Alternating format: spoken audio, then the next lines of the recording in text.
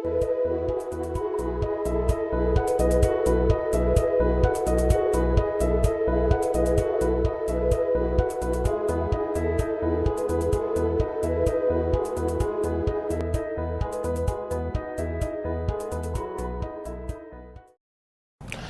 alaikum. I am Adnan Shoaib, faculty member at ComSci Institute of Information Technology. Well, I am Adnan Shoaib, and I have also done my MS from NUST, and also I have done my MBA from FAST, and also being a distinction holder over there, and also doing my PhD from Bahria University, Islamabad, and in the majoring in finance. So the course that we are going to study is related to risk management and insurance. What the insurance is and what the risk management is. That how we are going to see कि हाँ जी risk management को किस तरह से cover किया जा सकता है insurance में. Obviously specialized course है for the different MBA courses. So in this case we are going to see कि इसके अंदर क्या क्या चीज़ें involve हैं. Obviously specialized course है, and that is of a high level course, that is of FNC 710 as the code depicts that it's of the MBA level course. So we would discuss it कि किस तरह से हमने move करना है. Different topics हैं जिसके उसके अंदर कवर करेंगे इस कोर्स के अंदर. First lecture we are going to see कि हाँ जी क्या क्या चीज़ें इन्वॉल्व हैं, क्या क्या चीज़ें हमने पढ़ी हैं. First we are going to discuss the outline of the topic, outlines कि आउटलाइन में क्या क्या चीज़ें आ रही, कौन कौन से टॉपिक्स इन्वॉल्व हो रहे हैं. And then we start our first chapter, that is of risk and in our society. What is meant by risk in our society? कि हमारी सोसाइटी में रिस्क क्या चीज़ है और कैसे स्टार्ट होगा. That is being involved in this lecture of today. So starting with the today's lecture, first we start with the discussions of outline. कि outline में discussions हम लोग स्टार्ट करेंगे कि outline में क्या क्या चीज़ें involve हैं और किस किस तरह से हमने इनको cover up करना है.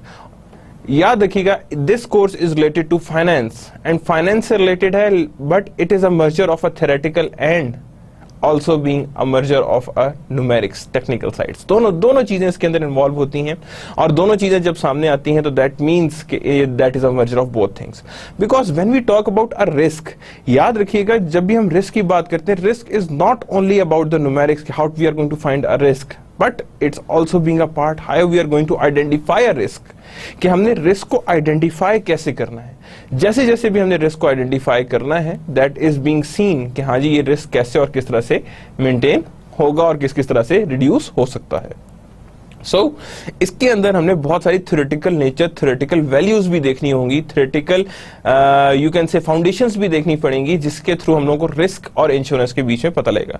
मैं अगर बात करूं यहाँ पे सिर्फ और सिर्फ what is meant by insurance, तो व्हाट यू पीपल से definitely it's for the reduction of a risk. भाई सिंपल सा केस है, लाइफ इंश्योरेंस है. आप कहते हो जी क्यों कराते हैं लाइफ इंश्योरेंस? जस्ट बिकॉज कि आपको पता है कि हाँ जी कि if there is any sort of casualty that happens, तो उसके बाद जो आपके वरसा हैं या जो भी हैं उनको आप कुछ पेमेंट दें, ताकि आपके पास risk of being negated after you would be reduced.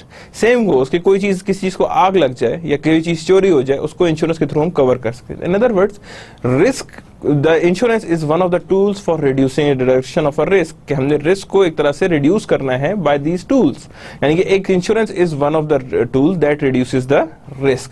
सो हमने इन दोनों चीजों को मर्ज करना है कि किस तरह से रिस्क मैनेज कर सकते हैं और किस तरह से मैनेज करना है यूजिंग द इंश्योरेंसेस. इंश्योरेंस को यूज करते हुए हमने किस तरह से और कैसे इस रिस्क को रिड्यूस करना है. जैसे जैसे इस रिस्क को रिड्यूस करेंगे वो हमारे सामने चीजें, वैल्यूज सामने आती जाएंगी. ठीक है, कुछ चीजें हैं, न्यूमेरिक्स हैं. डेफिनेटली आज के टॉपिक में हम सिर्फ और सिर्फ कोर्स आउटलाइन के मेजर टॉपिक्स जो हमने कवर अप करने हैं वो उनको डिस्कस करेंगे. एंड देन वी स्टार्ट कि हमारी सोसाइटी में रिस्क का क्या मतलब है और कैसे ये देखा जाता है और किस तरह से एक्चुअली में इसका मीनिंग एग्जिस्ट कर रहा होता है. ठीक है, तो जब हम नेचर के रिस्क को देख रहे होते हैं तो डेफिनेटली यहाँ पे हमने हर एक चीज के सोसाइटल के रिस्क को भी देखना है. तो first we are going to identify कि रिस्क होता क्या है और उसका सोसाइटी में क्या रोल है और किस तरह से वो एग्जिस्ट करता है. So starting with the course outline discussion, के कोर्स आउटलाइन की हम डिस्कशंस करते हैं कि क्या क्या चीजें हैं जो कोर्स आउटलाइन में एग्जिस्ट करती हैं. So first today's objectives are different definitions of risk. Risk actually कैसे डिफाइन होता है? लोग हमेशा कहते हैं that is the risk of loss. but that doesn't mean losses are always be a risk. It always be a gains are also sometimes a risk, because when we talk about a finance or when we talk about a risk management, तो याद रखिएगा वहां पे risk both sides पे exist कर रहा होता है. वहां पे रिस्क वन साइडेड नहीं है, बल्कि क्या है, both साइडेड एग्जिस्ट कर रहा होता है. तो जब दोनों साइड पे एग्जिस्ट कर रहा होता है, that means we require a proper definitions of risk, कि रिस्क के हमारे पास प्रॉपर डेफिनेशंस हैं. देन वी ऑल्सो सी कि चांसेस ऑफ लॉसेस क्या है, किस तरह से चांसेस ऑफ लॉसेस होते हैं. perils and hazards, that is something new जो आप लोग देखेंगे. ठीक है, क्लासिफिकेशन ऑफ रिस्क, रिस्क किस किस तरह के टाइप के होते हैं और कौन कौन से रिस्क हैं जो हमारे सामने एग्जिस्ट कर रहे होते हैं. Major personal risk and commercial risk, दो तरह के रिस्क फर्दर भी होते हैं. एक जिसके कहलाता है हमारे पास पर्सनल रिस्क और दूसरा कहलाता है commercial risk. Burden of risk on society, कि इसका एक्चुअली में सोसाइटी पे क्या बर्डन आ रहा है. देखिए, रिस्क चाहे किसी तरह का भी हो, एनी क्लैमिटी, एनी अर्थक्वेक, कोई भी तरह का रिस्क है. और मैं ये तो भी बता रहा हूं जिसमें नेचर के रिस्क आ रहे हैं. But when we talk about any type of risk related to finance, it also have a impact on the overall society. ये सोसाइटी उसका इम्पैक्ट देख रहा होता है. हम लोग पाकिस्तान में रहते हैं, हम लोग को लोन मिलता है बिकॉज ऑफ अनस्टेबल इकोनॉमी. हम लोग को जहां से भी, जिस कंट्री से भी लोन लेते हैं हम जाके, हमें वहां पे रिस्क जो इंटरेस्ट रेट है that is on the higher side. हमें वहां पे जो इंटरेस्ट रेट मिल रहा होता है वो थोड़ा सा एक्सटेंडेड साइड पे मिल रहा होता है, ज्यादा मिल रहा होता है, just because of high riskiness of economy. तो जब हमें हाई रिस्कीनेस ऑफ इकोनॉमी की वजह से इंटरेस्ट रेट ज्यादा पड़ता है, तो अल्टीमेटली उसका लॉस या उसका इम्पैक्ट किस पे आता है, डेफिनेटली सोसाइटी पे. चीजें महंगी होती हैं और बहुत सारे इम्पैक्ट्स हैं, इलेक्ट्रिसिटी एंड ऑल दैट, बहुत सारी चीजों पे इम्पैक्ट आता है. तो दैट मीन्स कि बर्डन ऑफ रिस्क किस तरह ट्रांसमिट होता है टूवर्ड्स द सोसाइटी, कि सोसाइटी उसका बर्डन कैसे और किस तरह से लेती है और किस तरह से लेकर उसे आगे चलती है. टेक्निक्स फॉर मैनेजिंग रिस्क, यहां पे हम सिर्फ ओवरव्यू करेंगे कि what are the techniques that are required for the management of risk.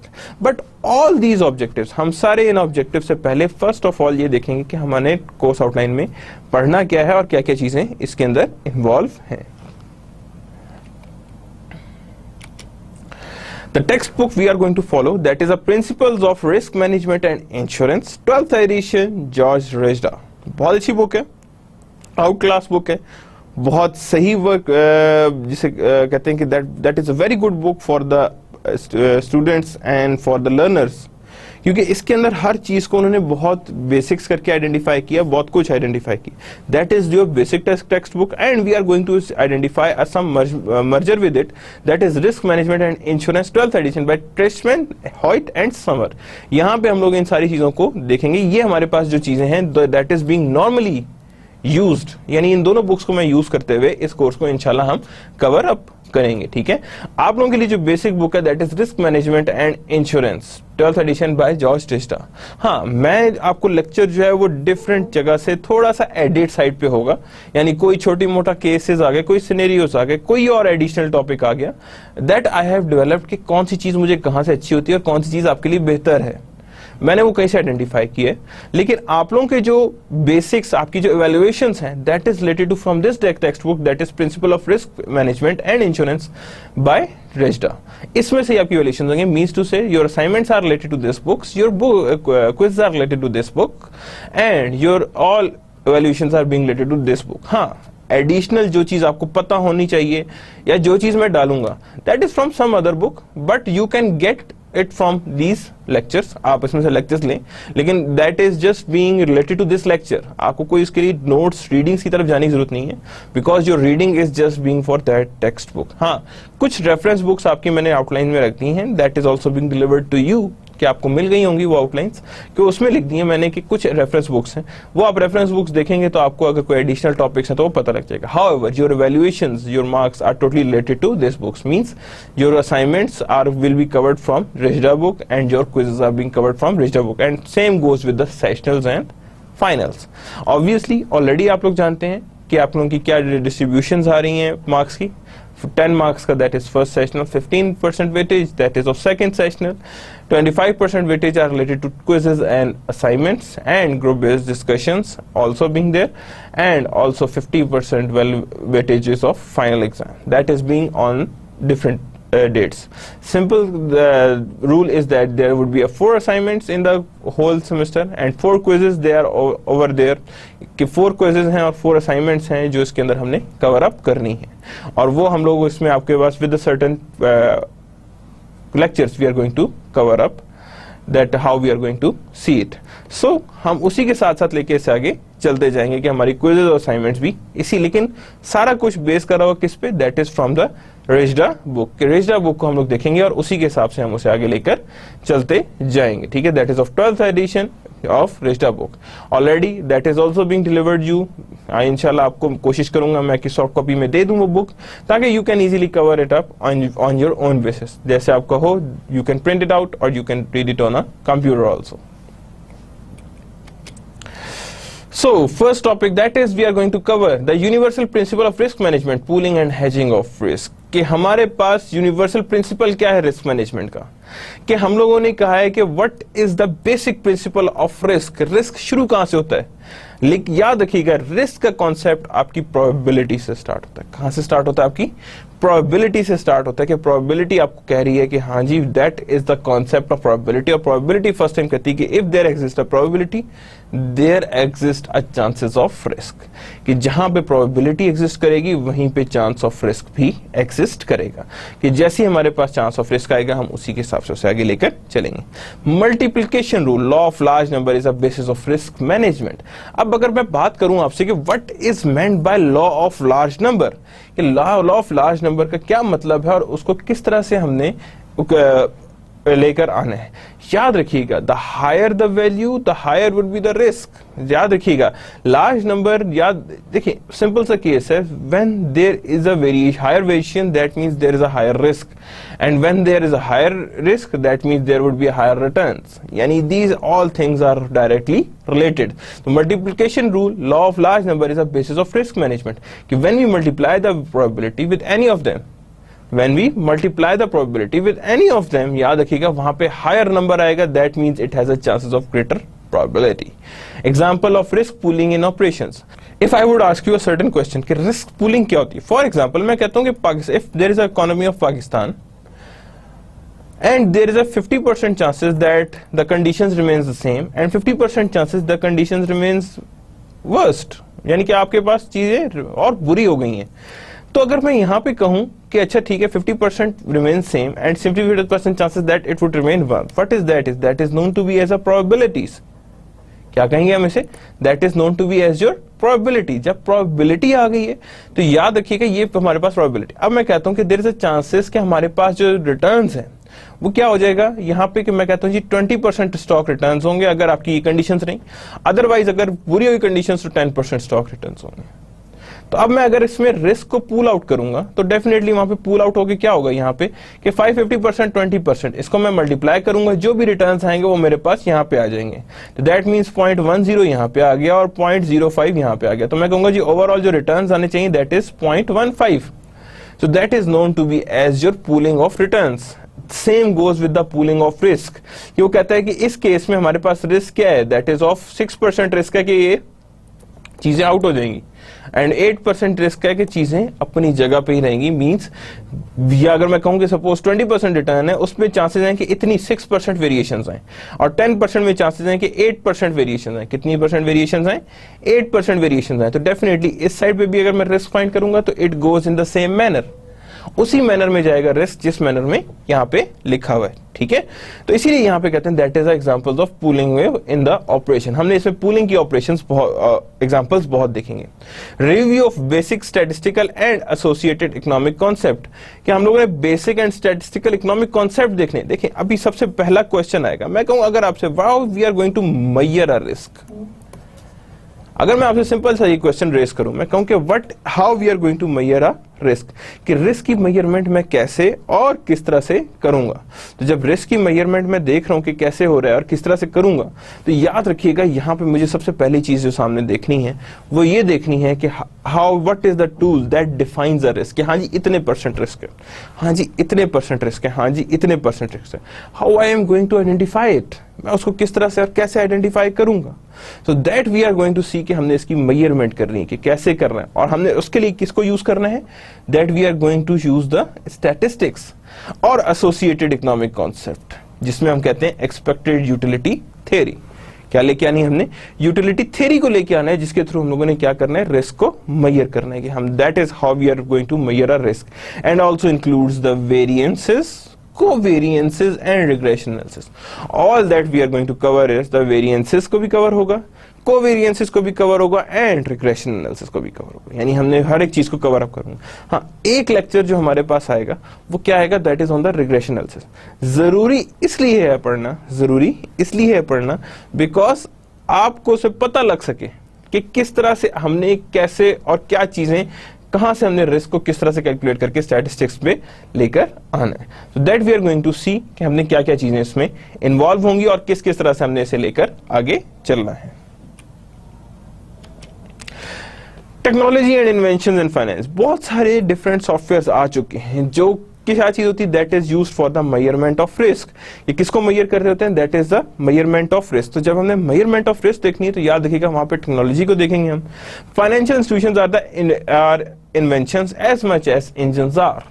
याद रखिएगा जब हमारे पास रिस्क मेजरमेंट आ गई, हमने कहा टूल्स भी पता लग गए, लेकिन जाहिर बात है अब यहाँ पे स्टॉक्स या डिफरेंट एस्पेक्ट्स इतने ज्यादा आ चुके हैं कि हर एक चीज की रिस्क मेजरमेंट रिक्वायर्ड है। क्या चाहिए हमें, रिस्क मेजरमेंट रिक्वायर्ड है। और इसीलिए financial institutions are inventions as much as engines are, कि जितने हमारे पास फाइनेंशियल इंस्टीट्यूशंस हैं उन्होंने एक नए नए तरीके निकाले हैं for the calculations of financial institutions, की कैलकुलेशन ऑफ फाइनेंशियल इंस्टीट्यूशंस को, ताकि हमें पता लगे कि कहां कहां से हमारे पास फाइनेंशियल इंस्टीट्यूशंस नजर आ रहे हैं। तो financial institutions are the inventions as much as engines are, कि दोनों चीजों को हमने सामने रखना है। Once discovered inventions copied around the world, कि वंस डिस्कवर्ड, एक दफा अगर डिस्कवर हो जाते हैं, यानी means to say once your it is being discovered, कि हमारे पास इंजन्स डिस्कवर्ड हो जाते हैं, inventions copied around the world. For example एक टूल है जिसे हम कहते हैं वैट, वैल्यू एट रिस्क, क्या कहते हैं उसे हम, वैट। अब वैट की अगर मैं कहूं इन्वेंशन, सारी बात है 20-30 ईयर्स बैक हुई है, लेकिन उस टाइम सिर्फ एक जगह पे वैट आया था, लेकिन अब वैट कई जगह पे आ चुका है। There are many places over which the VAT is being there, कि VAT उसी साथ चल रहा है। Relation to new information technology, information technology जितनी भी नई आ रही है उसके हिसाब से भी ये चीजें चेंज हो रही हैं। Evolving role of patent law, जो भी ऑर्गेनाइजेशन या फाइनेंशियल इंस्टीट्यूशंस जो भी नई टेक्नोलॉजी के थ्रू रिस्क कैलकुलेशंस आइडेंटिफाई करती हैं, वो फॉरन पेटेंट अपना उसके अगेंस्ट साइन कर दी है कि that tool is being solely used by us, कि हम ही लोग हैं जो इसको यूज करेंगे, इसके अलावा कोई और यूज नहीं करेगा। तो that means that is known to be as a role of patent law, कि पेटेंट लॉ है जिसमें इवॉल्व हुआ है और जिसके बाद उन्होंने कहा कि हाँ जी हर चीज उसके सामने नजर आ रही है। Next thing, insurance, the archetype typical risk management institutions, कि इंश्योरेंस क्या है। Actually insurance is the risk management institution, कि हमारे पास इंश्योरेंस क्या है, that is of risk management institution, कि हमने किस तरह से उससे रिस्क मैनेजमेंट को लेकर सामने आना है और कैसे लेकर आना है, because it's an another type of risk management institution that is known to be insurance. और ये हमारे कोर्स का मेजर पार्ट होगा, जिसके अंदर हम देखेंगे कि what is the insurance is and how we are going to calculate the insurance, के इंश्योरेंस हमारे पास आ रही है।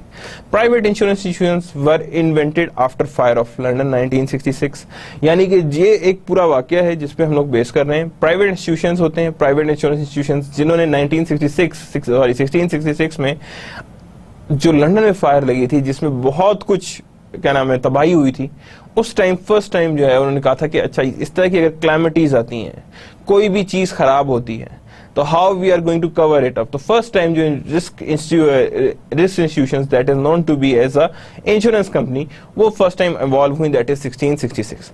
Role of discovery of probability theory, सबसे पहली जो चीज सामने आई रिस्क कैलकुलेशन के लिए, that is the discovery of probability theory, कि what is meant by probability और प्रोबेबिलिटी थ्योरी क्या है और किस तरह से वो मेजर होगी। The extension through time of insurance practices into increasingly more realms of human risk। अब यहाँ क्या कह रहे हैं, the extension through time of insurance. अब time of insurance is very important when we talk about any insurance policy, कि कितने time की पॉलिसी है और कितने टाइम तक ये वर्क करती रहेगी, और कैसे वर्क करती रहेगी। तो याद रखिएगा these are the role of और इंश्योरेंसेस, कि यहाँ पे इंश्योरेंस का एक टाइम का एक बहुत बड़ा रोल होता है इनटू इंक्रीजिंगली मोर रन्स ऑफ ह्यूमन रिस्क, कि जब हमारे पास टाइम पे आया तो डेफिनेटली ह्यूमन, कहते हैं ना जैसे कि ह्यूमन रिस्क इन्वॉल्व हो जाता है, कि आप उसमें फॉर एग्जांपल अगर मैं यहाँ पे कहूँ कि if there is a certain you can say a life insurance, तो उसमें ह्यूमन रिस्क इन्वॉल्व होगा, तो definitely the extension through time, यानी कि जितना भी टाइम ऑफ इंश्योरेंस है दैट इज एक्चुअली हमारी सोच पे डिपेंडेंट है। हम कहते हैं 3 साल की इंश्योरेंस है कि अगर ऐसे कुछ भी हुआ तो हम इंश्योरेंस रखेंगे, लेकिन ह्यूमन नेचर है कि वो रिस्क फ्यूचर भी देखना चाहते हैं कि हाँ यार अगर उसके बाद मुझे इससे कुछ हुआ but I am going to do and how I am going to cover it. तो आप पहला काम जो ये कर रहे होते हो वो ये कर रहे होते हो दैट ह्यूमन रिस्क जो होता है वो इसके टाइम एक्सटेंशन की तरफ जा रहा होता है, और इसी की बेसिस पे हमारी इंश्योरेंस कंपनीज चल रही होती हैं, और इसी की बेस पे हमारी इंश्योरेंस कंपनीज सामने लेकर आ रही होती हैं। Modern insurance companies and their regulators, ये हमने बहुत ज्यादा स्टडी करना है कि मॉडर्न इंश्योरेंस कंपनीज कौन कौन सी हैं और उनके बेसिक रेगुलेटर्स कौन कौन से हैं, कि मॉडर्न कंपनीज कौन कौन सी हैं और how they are going to be regulated, कि किस किस तरह से हमने उसे रेगुलेट करना है। देखिए याद रखिएगा, when we talk about a insurance company that is also being known to be as a financial institution, किसमें इंक्लूड होता है ये फाइनेंशियल इंस्टीट्यूशंस में, and these are known to be as a non banking sector but included in the financial sector, कि बेशक non banking sector में है लेकिन ये इंक्लूड किस में हो रहा होगा, that is being included into your financial sector. किस में इंक्लूड हो रहा होगा, ये फाइनेंशियल सेक्टर में इंक्लूड होगा। तो जब ये फाइनेंशियल सेक्टर में इंक्लूड हो रहा होगा तो याद रखिएगा यहाँ पे फाइनेंशियल इंस्टीट्यूशंस भी उसी हिसाब से कैलकुलेट हो रहे होंगे। Now, portfolio diversification and supporting financial institutions, के portfolio diversification क्या है और financial institutions supporting, यानी how they are going to be work out, ये किस किस तरह से ये workout होते हैं, how risks are being spread। याद रखिएगा when we talk about a portfolio diversification, what is meant by portfolio diversification, कि portfolio diversification क्या है और किस तरह से portfolio diversify होते हैं। जैसे जैसे portfolio diversify हो रहे होते हैं उसी के हिसाब से चल रहे होते हैं। Now, if I would ask you what is meant by diversification, तो क्या कहेंगे? Let me tell you. Portfolio diversification का मतलब ये है कि you are not going to invest all the things on a certain security. जिसे कहते हैं ना कि don't put all the eggs into one basket. What does that mean? कि सारे के सारे जितने भी आपके पास eggs हैं that shouldn't be put into one basket. खुदा ना खास्ता अगर वो बास्केट गिरती है तो that means all eggs are being vanished. तो दैट मीन्स कि हमारे पास यहाँ पे पोर्टफोलियो के ऊपर डाइवर्सिफिकेशंस इन्वॉल्व हो रही होती हैं, और जब हमारे पास डाइवर्सिफिकेशंस इन्वॉल्व हो रही होती हैं तो डेफिनेटली वहां पे हमारे पास चीजें वेरीड कर रही होती हैं। सेम इज द केस कि अगर मेरे पास अगर कुछ फंड है, सपोज मैं कहता हूँ 10 लाख 20 लाख और 50 लाख, मैं सारे अगर एक सिक्योरिटी पे इन्वेस्ट करता हूँ, खुदा ना खास्ता वो सिक्योरिटी या वो शेयर जो है वो डूब जाता है, इसका मतलब है 50 के 50 लाख गए ना। That means we shouldn't put all the money into a one thing. We have to put it into a different chunks. कुछ ऐसी सिक्योरिटीज में पुट कर दें, कुछ ऐसी सिक्योरिटी में पुट कर दें, कुछ डिफरेंट सिक्योरिटीज में जिनकी नेचर्स ऑल टुगेदर डिफरेंट हो, उनमें पुट करेंगे तो उससे ये होगा कि यहाँ पे हमारे पास अगर एक सिक्योरिटी लॉस में गई है या एक शेयर हमारे पास लॉस में गया है तो दूसरा शेयर उसको फौरन कवर अप देगा। दूसरा शेयर क्या करेगा, उसे फौरन कवर अप देगा और कवर अप देकर उसे आगे लेकर आएगा। That how they are going to be cover it out, किस तरह से वो कवर अप होते हैं और कैसे वो कवर अप होके आगे आते हैं। तो उसी तरह हम इसे कवर अप करते हैं और कवर अप करके इसे आगे लेकर आते हैं, ठीक है ना। तो that is how risk are being spread, कि कैसे हमारे पास रिस्क को स्प्रेड करना है। और रिस्क की स्प्रेड करने के लिए हमें सबसे पहले क्या करना पड़ेगा, अपने पैसे को डाइवर्सिफाई करना पड़ेगा, डिफरेंट सिक्योरिटीज में लगाएंगे जिसमें हमारे पास डिफरेंट रिटर्न से डिफरेंट वेरिएशंस आ रही होंगी, यानी all together they got the different variations and different things, different variations of items के। उसी तरह से हमारे पास वेरीड आइटम्स इन्वॉल्व हो रहे होंगे, यानी वेरीड आइटम्स की तरह हम उसे लेकर आगे चल रहे होंगे। तो first we are talking about how risk are being spread. अब रिस्क कैसे स्प्रेड होता है, फॉर एग्जांपल मैं यहाँ पे कहता हूं, if I would ask you कि मैं यहाँ पे ग्राफ ड्रॉ करता हूं, ये देखिएगा यहाँ पे मैंने क्या किया, एक्स वाई प्लेन ड्रॉ किया, that is X plane, that is Y plane. यहाँ पे हमारे पास क्या पड़ा हुआ है, दैट इज ऑफ रिटर्न्स, यहाँ पे that is of time and that is of returns, यानी वाई एक्सिस पे हमारे पास स्टॉक रिटर्न्स हैं और एक्स एक्सिस पे हमारे पास क्या टाइम है। अब मैं कहता हूं कि एक सिक्योरिटी जो है, फॉर एग्जांपल एक सिक्योरिटी जो है वो कैसे मूव कर रही है, हाँ जी, अगर मैं कहता हूं 1 महीना, 2 महीने, 3 महीने, 4 महीने और 5 महीने, मैं कहता हूं पहली सिक्योरिटी जो वो पहले महीने दूसरे ऊपर थी, फिर नीचे आ गई, फिर ऊपर गई, फिर नीचे आ गई, फिर ऊपर गई, फिर नीचे आ गई, फिर ऊपर गई, फिर नीचे आ गई। पॉसिबल है ना कि एक मंथ में वो ऊपर जा रही है, एक मंथ में वो नीचे आ रही है, एक मंथ में ऊपर जा रही है, एक मंथ में नीचे आ रही है, उसका ये ट्रेंड है। अगर मैं सारे के सारे फंड्स जो हैं वो इस सिक्योरिटी में इन्वेस्ट करता हूं तो डेफिनेटली दूसरे, तीसरे, चौथे और छठे महीने में मेरे पास तो लॉसेज ही लॉसेज होंगे। तो इसका मतलब है मैं दूसरे महीने में कुछ नहीं कमा सकता क्योंकि मेरे पास तो सिक्योरिटी लॉस में जा रही है, और सारे के सारे जारी बात है पैसे इसमें रखे। मैं करूंगा क्या, मैं करता ये हूं कि ये आधे पैसे ऐसी सिक्योरिटी में इन्वेस्ट कर देता हूं या ऐसे शेयर में इन्वेस्ट कर देता हूं जो इससे टोटली रिवर्स चलती है, जो इससे क्या करती है, टोटली रिवर्स साइड पे चलती है। मींस टू से जब वो लोअर पे हायर पे है तो ये वाली सिक्योरिटी लोअर पे होती है, जब वो लोअर पे होती है ये वाली सिक्योरिटी हायर पे होती है, जब ये लोअर पे होती है तो ये वाली सिक्योरिटी हायर पे आ जाती है। And same goes over here कि टोटल डायमेंशंस क्या हैं, रिवर्स में चल रही हैं। क्या चल रही है हमारे पास, टोटल डायमेंशंस रिवर्स में यानी उल्टी चल रही हैं। तो जब हमारे पास उल्टी चल रही तो इन अदर वर्ड्स अगर मैं इनका सबका मीन निकालूं तो मीन मेरे पास क्या आएगा, that is being a straight line, यानी कांस्टेंट रहेगा। यानी एक का लॉस दूसरा कवर अप कर रहा है, एक का लॉस दूसरा क्या कर रहा है, कवर अप कर रहा है, और कवर अप करते हुए ही हमारे पास चल रहा है। नीचे देखें तो यहाँ पे हम लोगों ने एक्सपेक्टेड रिटर्न्स की परसेंटेज ऊपर रखी और स्टैंडर्ड डेविएशन रखी, यानी there is a risk that is being calculated by standard deviation and there is a being returns. अब यहां पे देखें तो यहां पे क्या है, यहां से लेके यहां तक क्या आ रहा है, दैट इज ऑफ लेंडिंग, और ये मेरे पास क्या है, पोर्टफोलियो का रिटर्न्स है। ये क्या आ रहा है मेरे पास, पोर्टफोलियो ऑफ रिटर्न्स, जिसे हम कहते हैं एफिशिएंट फ्रंटियर। क्या कहते हैं उसे हम, एफिशिएंट फ्रंटियर कहते हैं, और फ्रंटियर के हिसाब से हम इसे लेकर आगे चल रहे होते हैं। That means we are going to take it. अब याद रखिएगा जहां पे ये टच कर रहा है that is a optimum level, यानी हम कहते हैं कि we are going to get this much return with this amount of risk, we are going to get this much returns with this amount of risk, यानी इतना हमारे पास return होगा अगर इतनी अमाउंट का रिस्क मेरे पास एग्जिस्ट कर रहा होगा, यानी that much risk can be calculated with this amount of return. याद रखिएगा इसके ऊपर जितना भी जाएगा वो that is known to be as a borrowing rate, वो क्या होगा हमारे पास बोरोइंग रेट आएगा, वो बोरोइंग हमारी कहलाएगी, और इससे नीचे क्या कहलाएगा, दैट इज सारा का सारा that is known to be as your lending rate.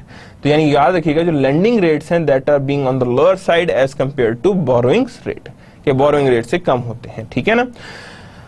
How risk are being spread, risk कैसे स्प्रेड होता है, तो डेफिनेटली हमने देख लिया कि इस तरह से स्प्रेड होता है। We are also develop the graph of it. Covariance with market portfolio, कि मार्केट पोर्टफोलियो के साथ उसका क्या वेरिएंसेस एग्जिस्ट कर रहे हैं और किस किस तरह से वो वेरिएट कर रहा है, and how this variation has been maintained, कि उस वेरिएशंस को हम कैसे और किस तरह से मेंटेन करते हैं, and how that variations are being overall identified, कि उस वेरिएशंस को हम किस तरह से और कैसे आइडेंटिफाई कर रहे होते हैं, और जैसे ही हम लोग आइडेंटिफाई करते हैं that is also being a part of it, ठीक है। कोवेरिएंसेस विद मार्केट पोर्टफोलियो, कि हम अगर मार्केट ऊपर जा रही है तो आपका स्टॉक क्या जा रहा है, नीचे जा रहा है ऊपर जा रहा है, that is known to be the कोवेरिएंसेस।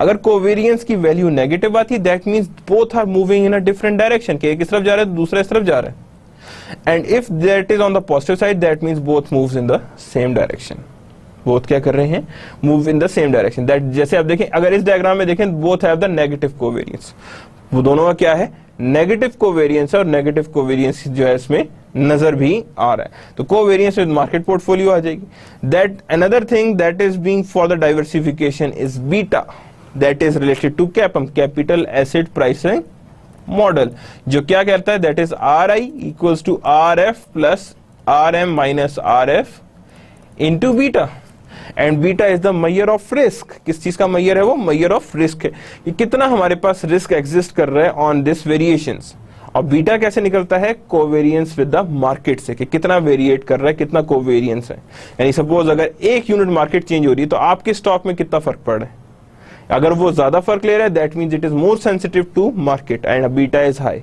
और अगर 1 से कम ले रहा है that means beta is lower than it, यानी बीटा क्या है वो इससे लोअर साइड पे है, कम साइड पे एग्जिस्ट करता है बीटा।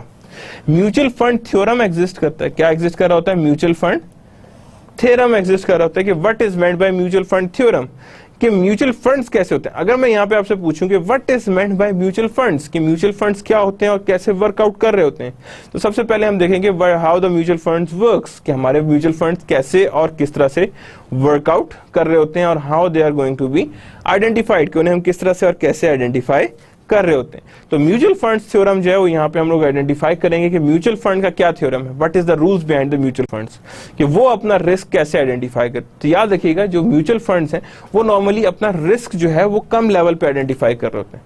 कम लेवल मीन्स कि थोड़े से लोअर लेवल पे आइडेंटिफाई कर रहे होते हैं, यानी दैट मीन्स कि फॉर एग्जांपल मैं कहता हूं आप लोगों ने एक पूल जनरेट किया लोगों से लेके मनी का, जिसमें आप लोगों ने डिफरेंट पैसे दिए और तकरीबन आपके पास 10 लाख रुपीस जनरेट हो गए, यानी आपके पास 10 मिलियन आपके पास आ गए। अब आपने क्या करना है, इनके शेयर्स इशू कर देंगे। क्या कर देंगे आप, इनके शेयर्स इशू कर देंगे और ये डिफरेंट सिक्योरिटीज में इन्वेस्ट कर देंगे। क्या कर देंगे आप, डिफरेंट सिक्योरिटीज में भी पैसे इन्वेस्ट कर देंगे। अब उन सिक्योरिटीज में से आप कुछ उस रिस्क फ्री एसेट में रखेंगे पैसे, कुछ रिस्की एसेट में रखेंगे, कुछ हाईली रिस्की एसेट में रखेंगे, बेस्ड ऑन कि आपके जिन्होंने आपको पैसे दिए हैं वो क्या चाहते हैं। वो चाहते हैं कि सारा पैसा क्या रिस्क फ्री रहे, हमारा पैसा बचा रहे, तो ज्यादातर आप क्या करेंगे, रिस्क फ्री में रखेंगे। अगर वो कहेंगे नहीं जी आप बेशक इसे रिस्की एसेट में लगा दें, देखते हैं शायद ज्यादा रिटर्न निकल आए, तो दैट मीन्स कि वहां पे आप बेशक इसे हायर साइड पे लेके जा रहे होते हैं कि हाँ जी इतनी हायर साइड पे हम इसे लेकर आगे चल रहे हैं। Investment companies and there management के साथ साथ हमें इसमें एक और चीज को भी देख रहे होते हैं, that is known to be as our investment companies, के हमारे पास ये इन्वेस्टमेंट कंपनीज और इन्वेस्टमेंट कंपनीज हमें गाइडेंस प्रोवाइड कर रही होती है। अच्छा, अगर मैं बात करूं इन्वेस्टमेंट कंपनीज और वेंचर कैपिटलिस्ट में क्या फर्क होता है।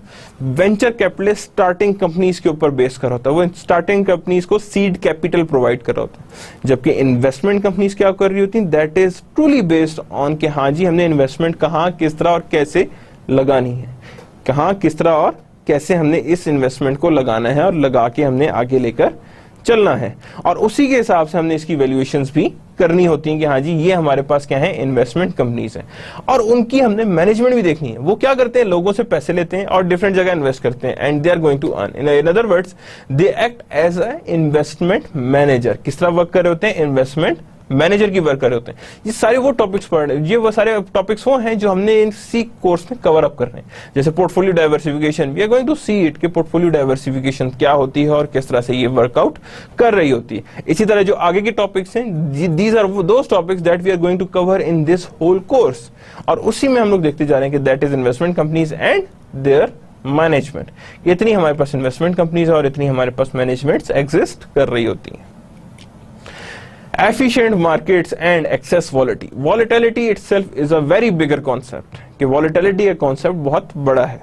Talking about the excess volatilities, कि हमने excess volatilities की बात करते हैं। Efficient market hypothesis versus random walk, दो बहुत ही important concepts हैं। Efficient market hypothesis and random walk. When we talk about efficient market hypothesis, EMH कहता है कि there exist 3 types of efficiencies in the market. One is known to be as a strong form of efficiency, another one is known to be as a weak form of efficiency, and another one is known to be as a semi-strong form of efficiency. अब वो कहते हैं जिसमें weak form of efficiency है वो ना publicly available information ना privately available information, दोनों की इंफॉर्मेशन को कन्वर्ट करके स्टॉक मार्केट में नहीं शो कर सकती। That means the efficiency is of weak form. लेकिन जब हम बात करते हैं semi strong form, that means कि जो भी पब्लिश इंफॉर्मेशन है मार्केट उसके हिसाब से अपने आप को फौरन मैनिपुलेट कर लेती है। मार्केट क्या करती है, अपने आप को फौरन उसके हिसाब से मैनिपुलेट कर लेती है कि इसी तरह से उसकी हिसाब से चेंजेस ले आती है। और जो स्ट्रॉन्ग फॉर्म होती है वो ना सिर्फ publicly available but also privately available information को भी फौरन मैनिपुलेट करके स्टॉक मार्केट की प्राइसेस के हिसाब से शो करना शुरू कर देती है। तो that is known to be efficient market of hypothesis, जिसमें यह भी कहा जाता है कि that is guided by the information. कौन गाइड कर रहा होता है इसे, that is of your efficient market hypothesis. At the same time total reverse case is being seen when we talk about a random walk theory, जिसमें कहा जाता है कि stock prices are never being based on the previous levels, कि stock markets कभी भी previous level पे base नहीं कर रहे होते और प्रीवियस लेवल के हिसाब से वो नहीं चल रहे होते। तो जब वो प्रीवियस लेवल के हिसाब से नहीं चल रहे होते, that means there exist a random walk. क्या एग्जिस्ट कर रही होती है, रैंडम वॉक एग्जिस्ट कर रही होती है, और रैंडम वॉक के हिसाब से ही हम उसे आगे लेकर चल रहे होते हैं, ठीक है ना। Apparent inability of professionals to make money, sometimes क्या होता है, एफिशिएंट मार्केट या एफिशिएंसी की बात होती है कि प्रोफेशनल्स कई दफा वहां पे पैसे नहीं बना पा रहे होते, यानी they wouldn't be able to make money, कि वो पैसों से पैसे नहीं बना पा रहे होते, और जब पैसे नहीं बना पा रहे होते that means they have issues and they have a inability of a professionals to make money, कि वहां पे इनएबिलिटीज होती हैं प्रोफेशनल्स की जो पैसे नहीं बना पा रहे होते, that is also being a lack of efficiencies, ठीक है, और there exist a excess volatility. Warren Buffett and David Simon, what does their experience prove? They are very good financial analysts. Warren Buffett, already you know that, and David Swensen, that is also being a very good financial analyst. उनकी experience ये कहते हैं कि that you should be efficient in making money, but at a lower risk. कि जितना भी आपके पास है उसके हिसाब से आपने लोअर लेवल पे रखनी है अपनी रिस्क को बढ़ाना नहीं है। You are going to make a money, lower risk side पे रहना है, हायर रिस्क साइड पे आपने नहीं जाना, because when you are going to be on the higher risk side, याद रखिएगा वहां पे you can't make a money. यानी there is a Warren Buffett and David Swensen, कि डेविड स्वेंसन या वॉरेन बफेट जितनी भी आएंगी वहां पे हमारे पास क्या होगा, देयर एक्सपीरियंसेस प्रूव्स दैट, कि ये इनकी क्या है, these are their experiences on the base of which they said that there should be a low risk with your efficiencies, कि efficiencies जितनी भी हो उसके हिसाब से आपका रिस्क लेवल क्या हो, that is being on the lower side, कि आपका रिस्क जो है वो on the lower side exist कर रहा हो, यानी लोअर लेवल पे आपका रिस्क आ रहा हो और रिस्क जो है उसी हिसाब से लोअर साइड पे चल रहा हो। The role of psychology, psychology का क्या रोल आ रहा है, ठीक है। Research in psychology, anomalies in finance, कि क्या रिसर्च की साइकोलॉजी है और एनॉमलीज क्या एग्जिस्ट कर रही है। देखिए याद रखें, when we talk about investment और कोई इन्वेस्टर, बहुत ज्यादा रोल एक याद रखिएगा एक इन्वेस्टर का होता है on their own behaviour. For example एक इन्वेस्टर है, अब बहुत ज्यादा ही टूवर्ड्स द रिलीजियस साइड है, वो चाह के भी, चाहे मैं कहता हूं बैंक जितने भी पाकिस्तान के सारे केसी 100 इंडेक्स में ब्लू चिप्स हो जाएं, he won't spend on them. क्यों नहीं करेगा? Because on the religious note, he says that it is something that is known to be as haram, and he wants to have an halal investment. So that means that small behavior would lead to different behavior of investors. कि वो different behavior of investor की तरफ चले जाते हैं just because of this reason. ये चीज जो आती है उसे हम कहते हैं that is the different behavior of a investor. तो research in psychology is that कि how is the psyche of your overall investor, कि इन्वेस्टर क्या सोच रहा है और किस तरह से सोच रहा है, क्या सोच रहा है और किस तरह से सोच रहा है, और जैसे भी वो सोच रहा है how that is being manipulated, कि किस तरह से लेके आती। फर्दर कुछ एनॉमलीज होती हैं जो फाइनेंस की, जो आप कैलकुलेटिव मैयर पे नहीं सोच पा रहे होते, जिनको आप कैलकुलेटिव मैयर पे नहीं ला पा रहे होते।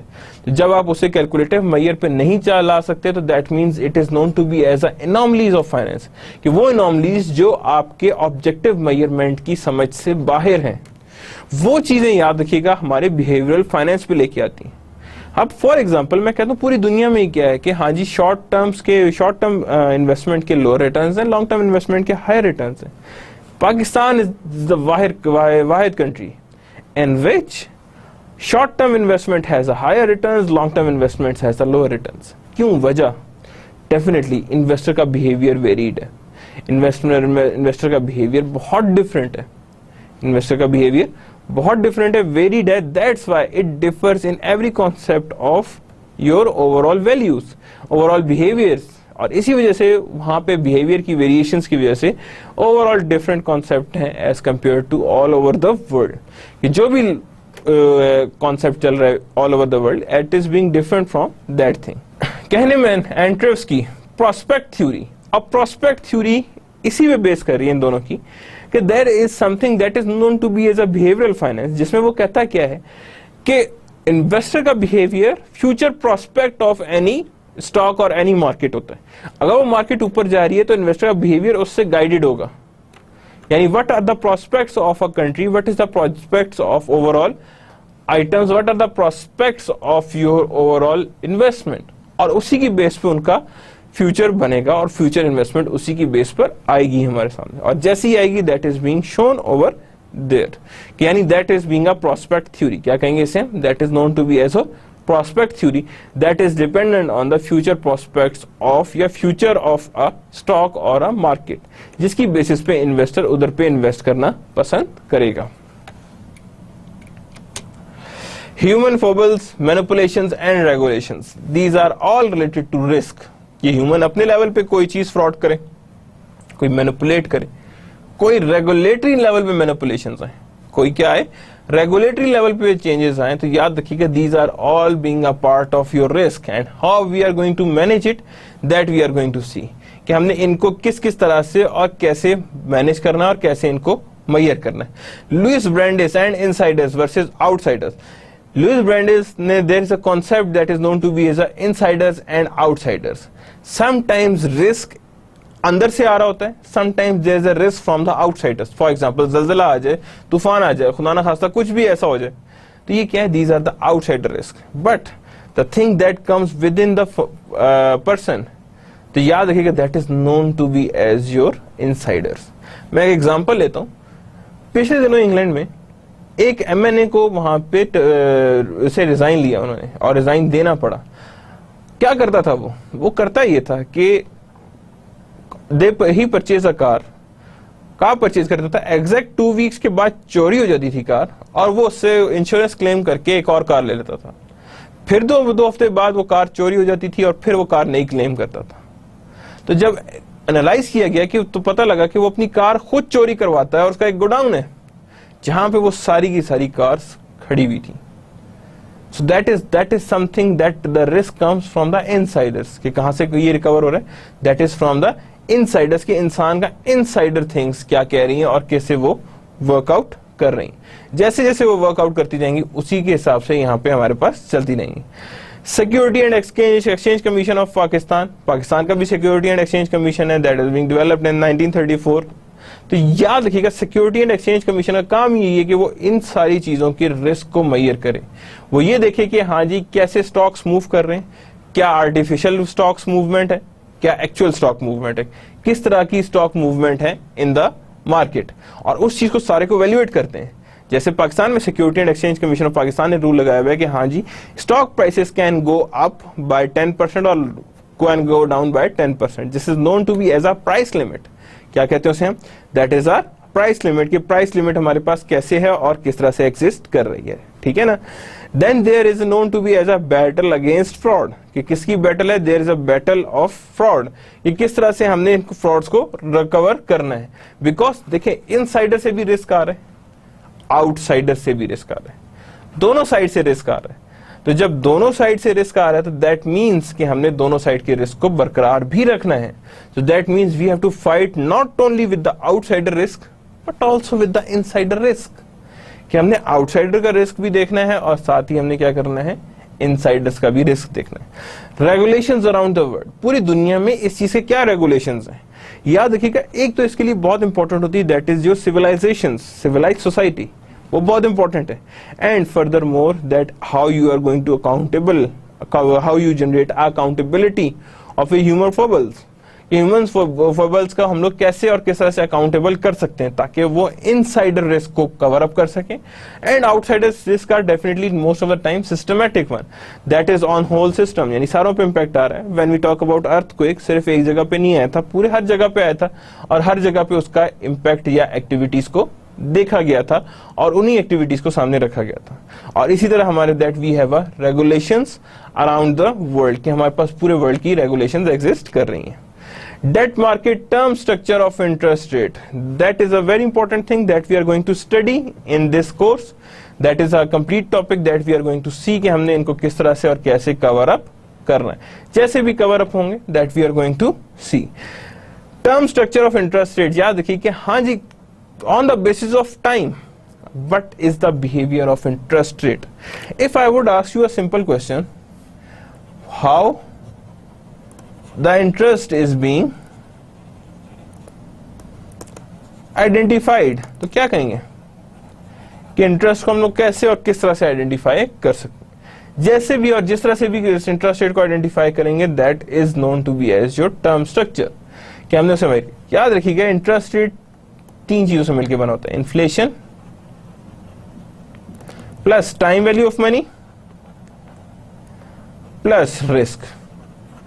जिन कंट्रीज का रिस्क कम होता है डेफिनेटली उनका इंटरेस्ट रेट भी कम होगा, जिनका रिस्क ज्यादा होता है डेफिनेटली उनका ओवरऑल इंटरेस्ट रेट भी हायर साइड पे होगा।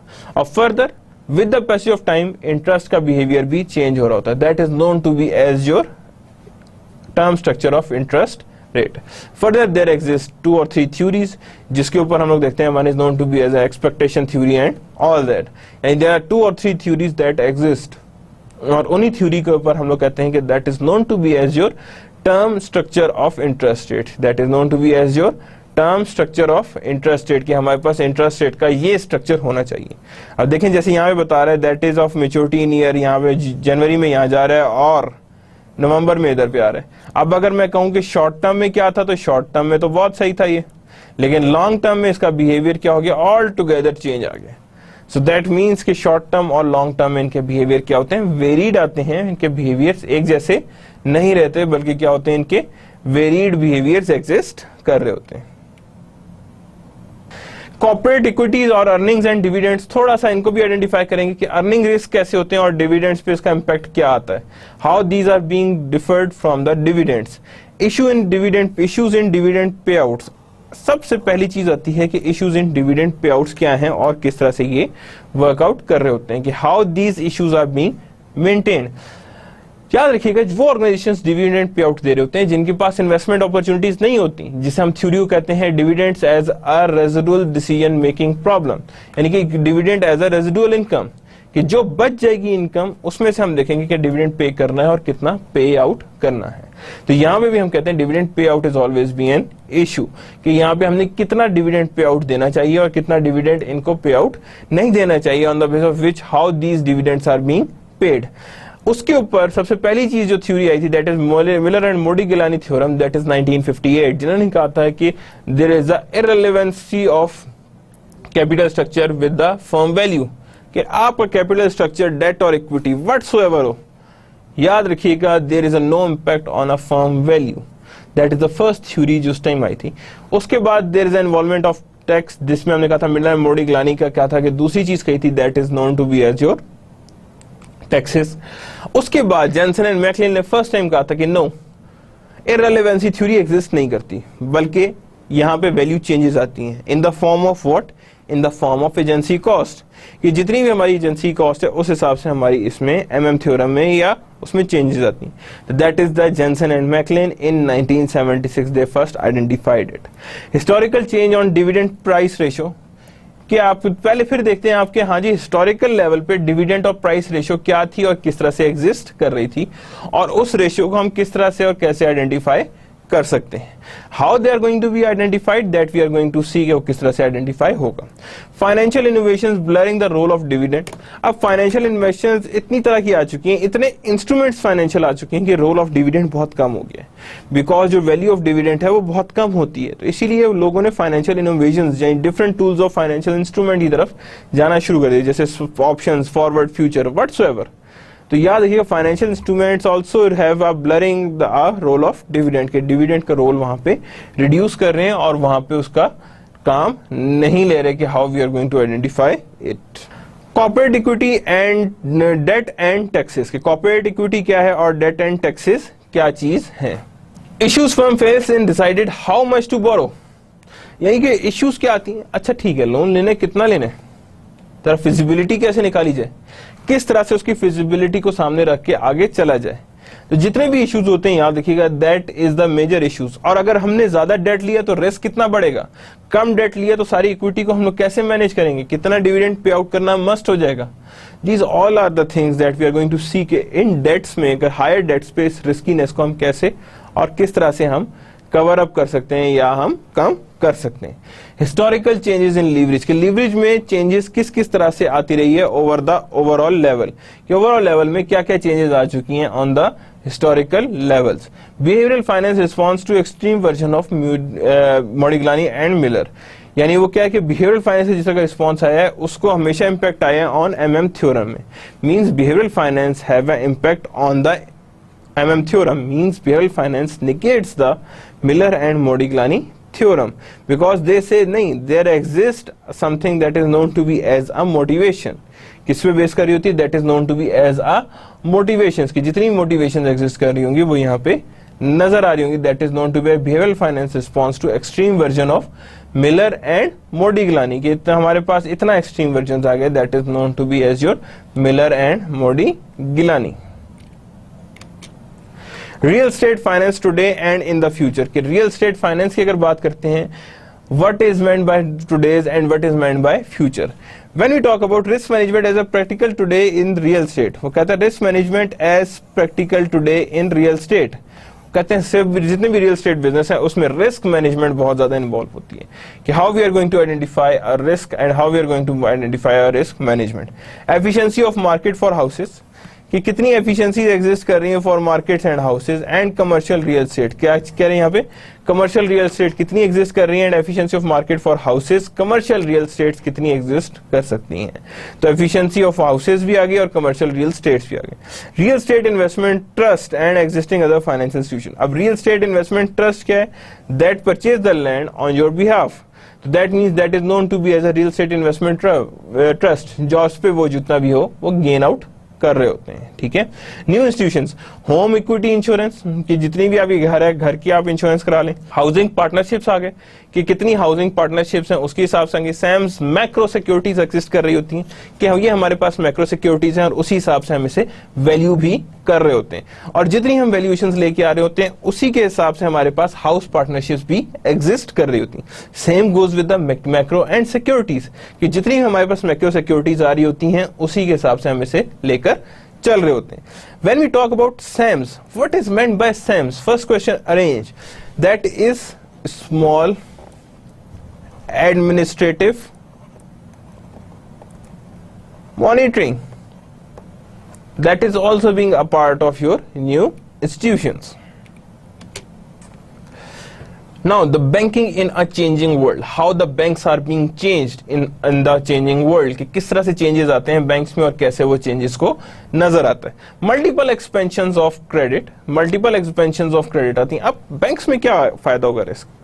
बैंक्स देखें, अगर हम बात करें पाकिस्तान के कॉन्टेक्स्ट में, तो बैंक्स जो हैं वो तकरीबन they are being evoluted in what we can say in 2004-2005 एकदम से बैंक्स आना शुरू हो गए थे.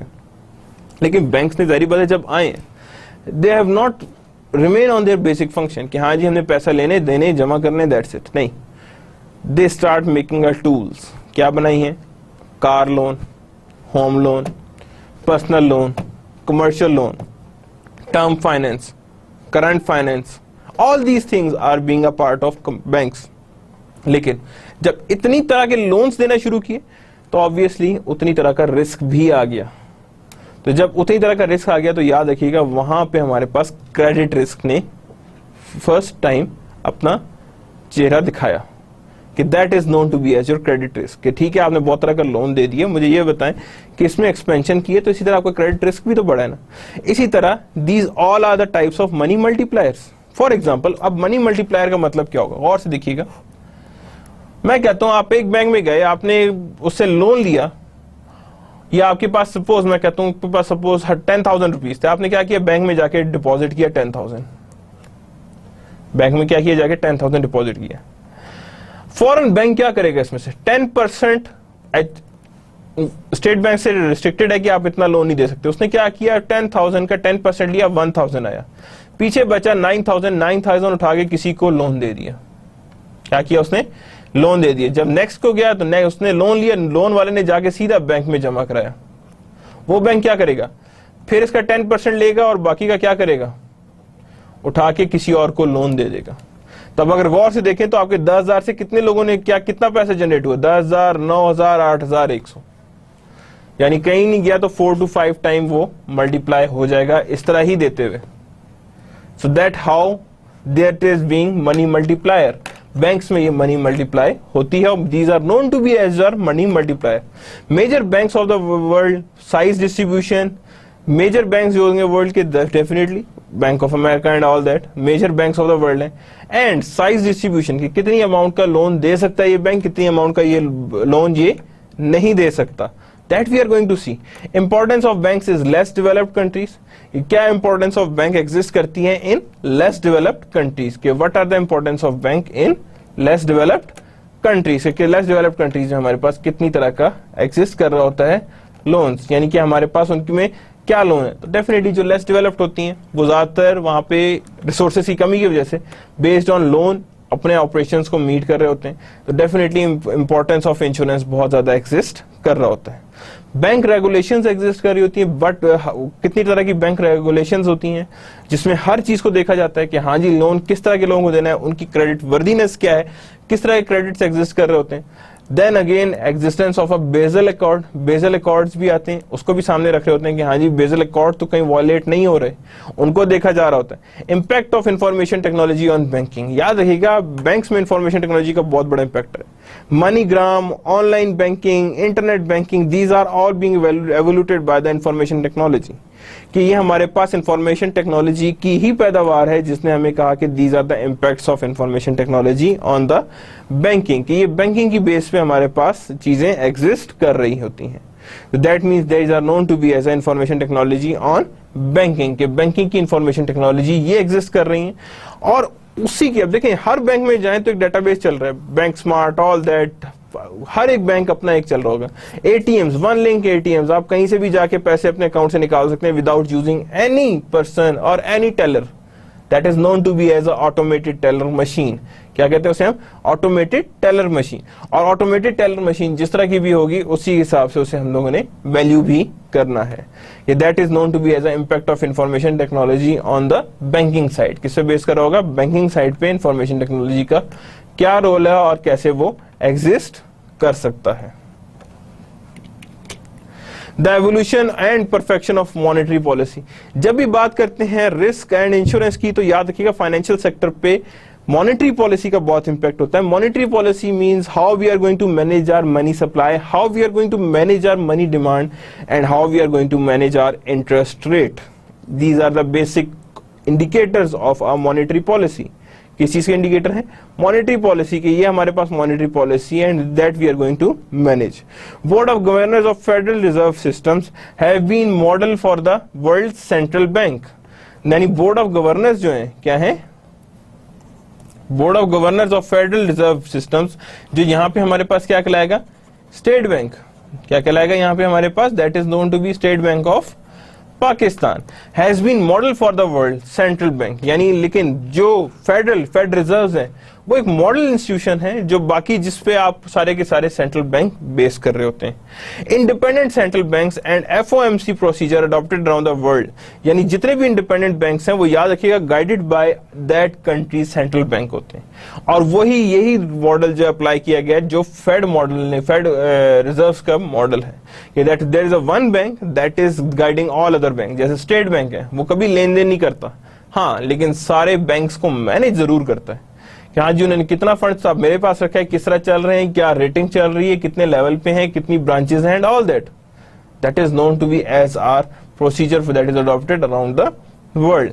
मॉनेटरी पॉलिसी रूल्स के हाँ जी कितने नए नोट छापने, प्राइम डिमांड को कैसे मीट करना है, कैसे मैनेज करना है प्राइम डिमांड को, एंड साथ ही effect of money monetary policy on financial markets कि फाइनेंशियल मार्केट्स में मॉनेटरी पॉलिसीज का क्या इंपैक्ट आता है। ऑब्वियसली इंटरेस्ट रेट बढ़ता है तो मॉनेटरी पॉलिसी में लोग क्या करते हैं, कहते हैं अच्छा ठीक है बैंक में पैसे रखने से ज्यादा मिलते हैं पैसे, ऐसा करो इन्वेस्टमेंट स्टॉक से निकालो, लेस रिस्की पे जब आपको रिटर्न ज्यादा मिल रहा है तो फॉरेन बैंक में जाएंगे पैसे।